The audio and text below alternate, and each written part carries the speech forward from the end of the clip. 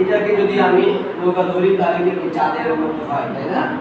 এখন দেখেন এই যখন পানির মধ্যে নৌকা থাকে তাহলে কি চাঁদের নিচের অংশটা ঢেকে যায়।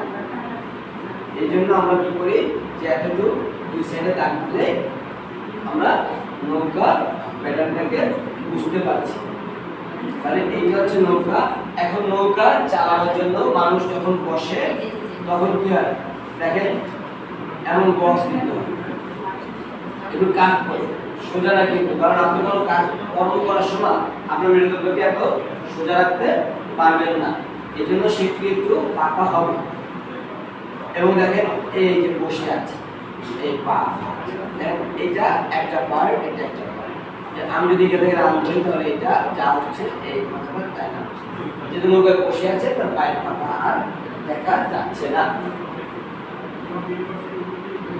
এখন মাঝি নৌকা চালাচ্ছে তাহলে হাতটাকে দিতে হবে,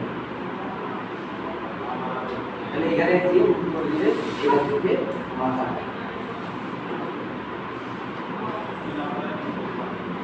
এবং দেখেন নৌকা যখন চালায় তখন হাতের মধ্যে ধরে যায় না, এইভাবে বুঝিয়ে রাখবো।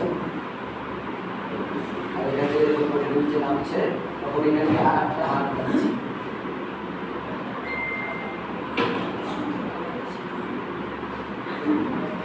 তাহলে এইভাবে দুই হাত দিয়ে কি নৌকাটা চালাতে হয়। এরপরে আপনি মাথায় চুল দিবেন, কান দিবেন না, চোখ জায়গা আছে সেটা সবই দিতে পারবেন। সেটাকে বুঝাতে পেরেছি।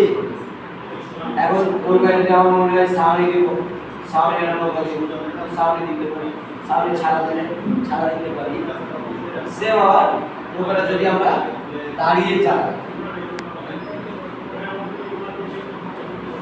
তাহলে কি হচ্ছে এবার ফুল বডি চলে আসছে, কিন্তু যেহেতু নৌকার প্রত্যেক মানুষ দাঁড়ায় সেহেতু কিন্তু আর পায়ের পাতা দেখা যাবে না।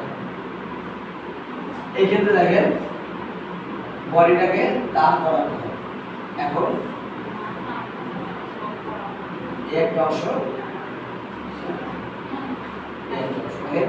এই ভাঁজটা দেওয়ার অর্থ কি যে হাঁটুর যে অংশটা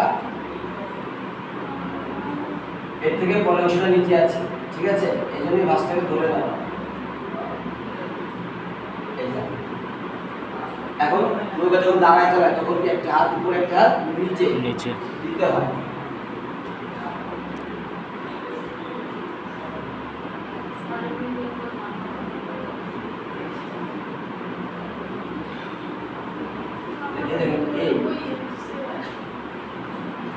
বুঝতে পেরেছেন? এই ফর্মটা ধরলে আপনি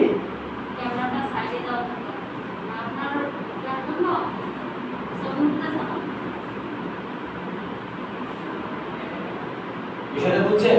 তাহলে এই পাটে দাঁড়ায় দিলে আবার আপনার দিক থেকে সাউন্ডটাকে ঘুরায় দিবেন, তাহলে এই ফরমেশন দুইটাকে ঠিক রাখতে হবে। এখন দেখেন আপনি এখান থেকে সব বের করতে হবে। জামাতে শার্ট দিতে চান, কলার বললেন টান দিলেন শার্ট দিয়ে দেবেন, এখান থেকে জামার হাতাটা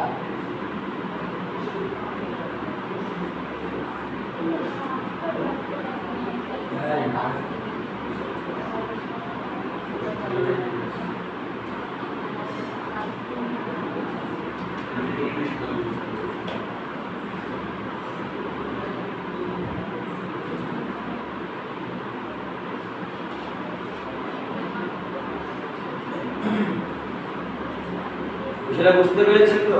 হাতা কাটা দিতে চাইলে এখান থেকে হাতা কেটে দিবেন আর ফুলাতে চাইলে ফুলাতে দিবেন, এটাই সম্ভব।